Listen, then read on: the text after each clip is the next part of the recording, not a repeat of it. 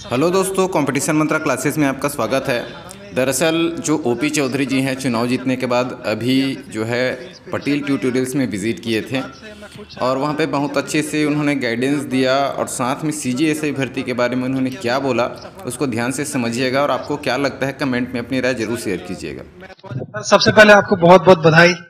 2018 में 2017 से मैं तैयारी चालू किया था, आप लाइब्रेरी आते थे, मेरी इंस्पिरेशन रहे हैं आप। उसके बाद से मैं खुद चाह रहा था कि जल्दी से जल्दी आप यहाँ पर राजनीतिक जीवन भी आपका सफल रहे, जो कि अभी सफल रहा। सर मेरी एक रिक्वेस्ट है सर मैं 2018 अगस्त में सब इंस्पेक्टर का फॉर्म भरा था सर। ये सब अभी मेरे डिस्कस हो रहा था जस्ट पहले। जी सर, प्लीज सर ये मेरे सारे सहपाठी है, सब जो पीछे खड़े हुए हैं जी सर। हम लोगों ने अथक प्रयास किया सर, अथक मेहनत की है, बहुत मतलब गरीब परिवार से हम लोग हैं। ऐसा नहीं है कि किसी भी प्रकार की धांधली करके वहां तक पहुंचे। चरण इस पर लेवल बाय लेवल हम लोग एक करके एग्जाम दिए सर, इंटरव्यू दिए। उसके बाद से सर हम लोग का जो रिजल्ट है वो रुका हुआ है सर। आपसे बहुत ज्यादा उम्मीद है सर कि आप जो है, आप जो सरकार आई है, जैसे कि भाजपा के शासन में पहले सर 2018 के पहले लगातार एग्जाम होते थे, रिजल्ट होता था। उसके बाद लोग जो है अपने सरकारी जीवन में प्रवेश करते थे। लेकिन जब से सरकार बदली थी सर, बहुत ज्यादा लंबा होता गया। अब सर हम लोग से बर्दाश्त ही नहीं हो रहा सर। प्लीज सर रिजल्ट निकलवा दीजिए सर। अब देखो बहुत सारी चीजें हैं और उसके कॉम्प्लिकेशंस को भी समझना पड़ेगा, इसलिए मैं बोल रहा हूँ। आई एम नॉट श्योर कि मतलब वो बात सही की गलत है क्या है।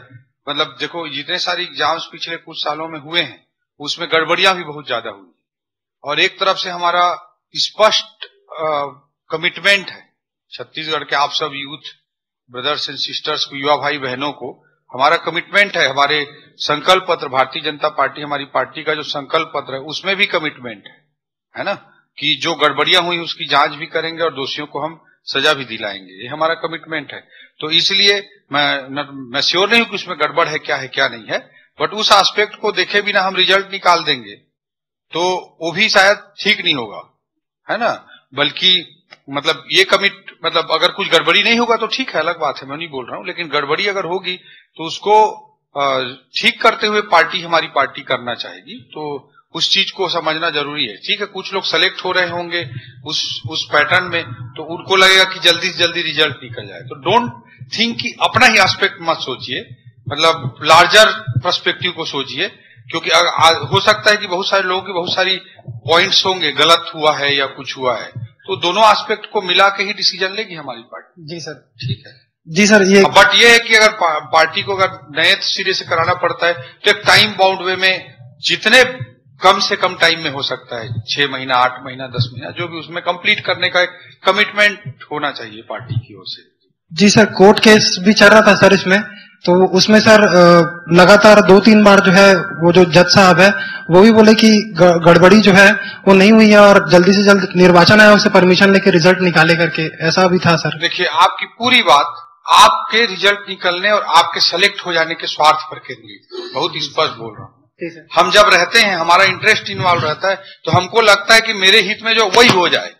मैं नहीं बोल रहा हूं, आपका ईमानदारी से भर्ती हुआ होगा, लेकिन अगर कुछ गड़बड़ होगा तो सेलेक्ट नहीं होने वाले बच्चों के साथ भी जस्टिस करना हमारी रिस्पॉन्सिबिलिटी है। उस एंगल को भी आप थोड़ा लार्जर पर्सपेक्टिव में सोच के देखिए उस चीज को।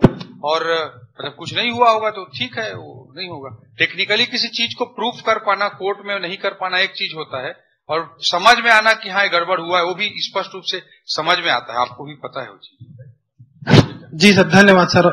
आप सर न्याय करेंगे इतना तो है sir. We are very open and we will try. मैं कोई इंडिविजुअल नहीं, हमारी पार्टी बहुत ही इस मामले में बहुत ओपन है और यूथ के साथ अन्याय नहीं होने देगी। और जो बेस्ट होगा, रिजल्ट निकालना बेस्ट डिसीजन लगेगा तो रिजल्ट तत्काल निकालने की पार्टी कोशिश करेगी, है ना। जी सर, पूरी उम्मीद है सर, पूरा भरोसा भी आपके ऊपर। Thank you. उसमें तो हमारे पार्टी का भी कमिटमेंट है कि कैलेंडर बना करके सारी भर्ती की जाएगी। ये भी हमारे मेन संकल्प पत्र का कमिटमेंट है।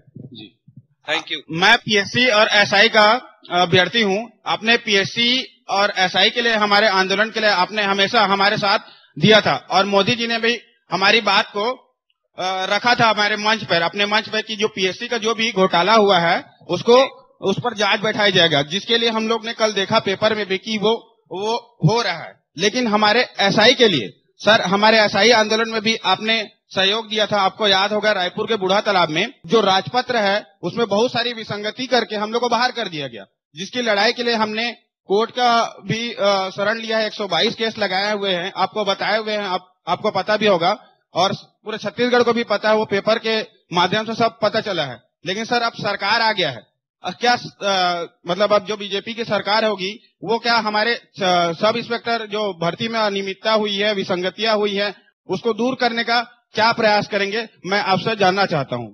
देखो भाई, पार्टी की सरकार बनेगी और उसमें कौन क्या जिम्मेदारी में होगा वो एक अभी 10-15 दिन की बात है।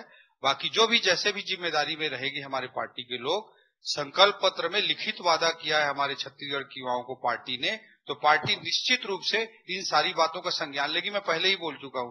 अभी कुछ भाई लोग बोल रहे थे कि रिजल्ट जल्दी निकलवा दो, ये भाई बोल रहा है कि गड़बड़ी का कब जांच, कि उस चीज को मैं बोलना चाह रहा था कि उस सारी चीजों को देख के समझ के पार्टी डिसाइड करेगी और पार्टी निश्चित रूप से करेगी। लिखित में वादा है। आदरणीय नरेंद्र मोदी जी ने, हमारे देश के नहीं दुनिया के सबसे विश्वसनीय नेता ने